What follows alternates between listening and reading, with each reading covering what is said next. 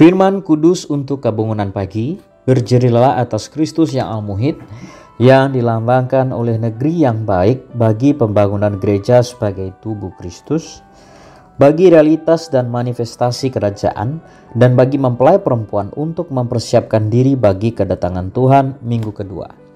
Mewarisi Kristus yang al-muhid sebagai negeri yang baik, melalui memperhatikan firman nasihat dan peringatannya, dan melalui menerima pelatihannya yang diperbarui, agar manusia batiniah kita diperbarui hari demi hari, hari keempat. Pembacaan ayat Alkitab Yohanes pasal 4 ayat 24 dan Keluaran pasal 33 ayat 11. Prinsip lain tersirat dalam fakta bahwa umat itu membuat anak lembu emas. Anak lembu bukan untuk bekerja, melainkan untuk dinikmati, khususnya untuk dimakan. Baik dalam perjanjian lama maupun dalam perjanjian baru, anak lembu dipakai untuk menjamu tamu. Orang-orang yang mempercantik diri mereka dalam Keluaran pasal 32 menyukai kenikmatan. Kenikmatan adalah berhala mereka. Begitu pula hari ini banyak orang menyembah anak lembu, yaitu menyembah kenikmatan mereka. Hari ini kita akan melanjutkan peringatan mengenai prinsip penyembahan berhala. Yang keempat, pada penyembahan berhala ada kepura-puraan menyembah Allah yang benar. Kelima, pada penyembahan berhala ada pencampuran dan dalam penyembahan.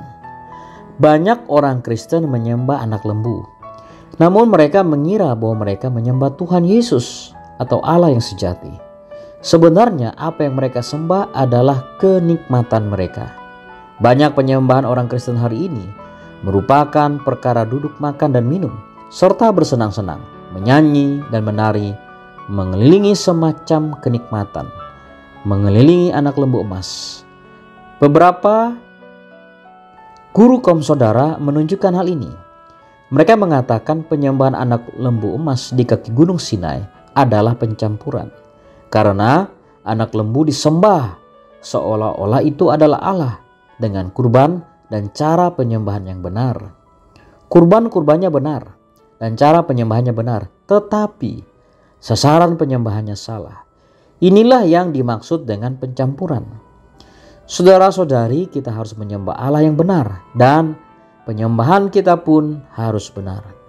Dalam Yohanes 4 ayat 24, Allah itu roh dan siapa saja menyembah dia harus menyembahnya dalam roh dan kebenaran. Penyembahan dalam roh ini mengacu kepada roh insani kita. Dalam perlambangan, menyembah Allah harus pertama di tempat yang Allah pilih sebagai tempat kediamannya. Kedua, membawa kurban persembahan. Tempat yang Allah pilih sebagai tempat kediamannya melambangkan roh manusia, yaitu tempat kediaman Allah hari ini. Kurban persembahan melambangkan Kristus. Dia adalah penggenapan dan realitas dari segala macam kurban yang dibawa oleh umat untuk beribadah kepada Allah. Karena itu, Tuhan mengajar perempuan itu agar menyembah Allah Sang Roh dan Roh dalam roh dan kebenaran. Artinya, ia tidak seharusnya mengontak Allah di tempat tertentu, melainkan di dalam rohnya, dan juga tidak melalui kurban-kurban, melainkan melalui Kristus. Karena kini Kristus Sang realitas itu yang ternyata sebagai kebenaran dalam kebajikan insani telah datang, maka semua bayangan dan lambang telah berlalu. Dalam kitab Injil Yohanes menunjukkan bahwa penyembahan yang benar adalah dalam kebenaran. Menurut konteksnya dan seluruh wahyu dari Injil Yohanes, kebenaran di sini mengacu kepada realitas ilahi menjadi kesejatian. Ketulusan manusia berlawanan dengan kemunafikan penyembah Samaria yang amoral. Untuk penyembahan yang sejati kepada Allah, realitas ilahi adalah Kristus. Dia adalah realitas sebagai realitas dari segala kurban persembahan. Untuk menyembah Allah dalam perjanjian lama dan sebagai sumber air hidup roh pemberi hayat, untuk dinikmati dan diminum oleh orang-orang yang percaya agar menjadi realitas di dalam mereka.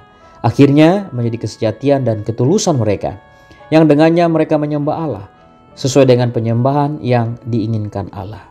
Setelah bangsa Israel menyembah anak lembu emas, Musa menyadari bahwa hadirat Tuhan tidak lagi ada di tengah-tengah umat itu. Jadi dia memindahkan kemahnya dan mendirikannya di luar perkemahan. Kemahnya kemudian menjadi kemah Allah, sebab hadirat dan pembicaraan Tuhan ada di sana. Setelah Musa memindahkan kemahnya dan memindahkannya dari perkemahan yang menyembah berhala, Tuhan berbicara kepadanya dengan berhadapan muka, sama seperti seseorang berbicara kepada temannya. Allah dan Musa adalah teman, rekan, mitra yang terlibat dalam karier yang sama dan memiliki kepentingan yang sama dalam satu perusahaan yang besar.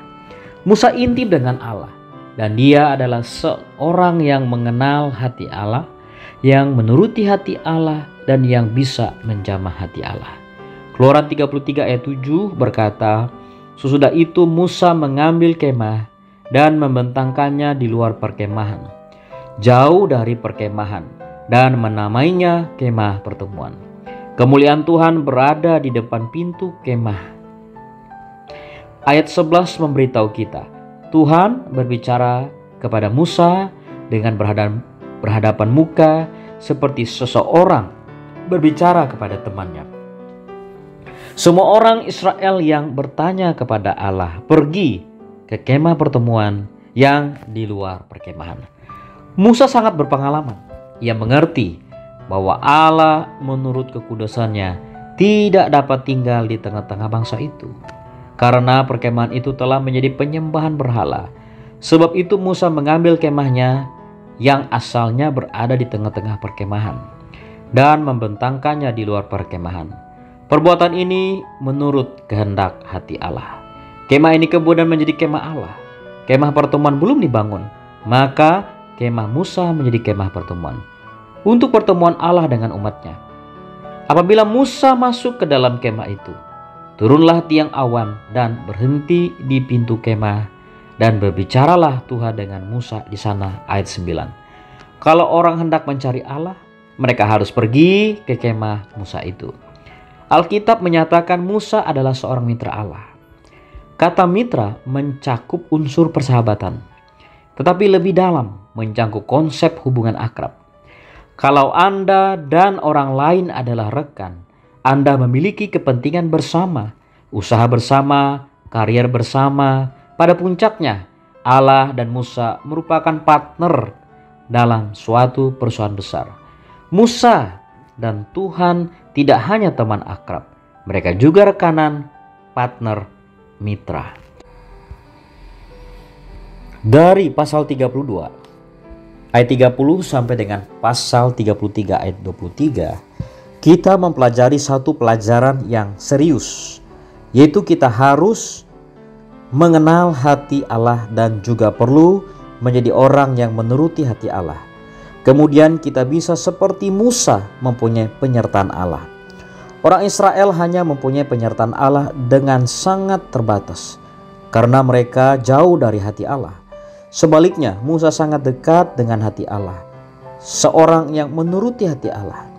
Inilah sebabnya ia bisa mempunyai penyertaan Allah dengan sepenuhnya. Kita semua perlu belajar bahwa hanya orang yang seperti Musa baru bisa menjadi mitra Allah. Hanya orang yang demikian yang baru bisa mempunyai kepentingan yang sama dengan Allah dan dipakai oleh Allah untuk menjalankan perusahaannya di bumi. Mari kita berdoa. Syukur kepadamu Tuhan Yesus. Dapatkan kami menjadi orang yang terus belajar mengenal isi hatimu, hingga kami beroleh hati yang taat atas segala perintahmu, dan menjadikan Engkau sebagai satu-satunya sasaran penyembahan dalam seluruh kehidupan kami. Amin. Demikian firman kudus bagi kebangunan pagi. Tuhan Yesus memberkati.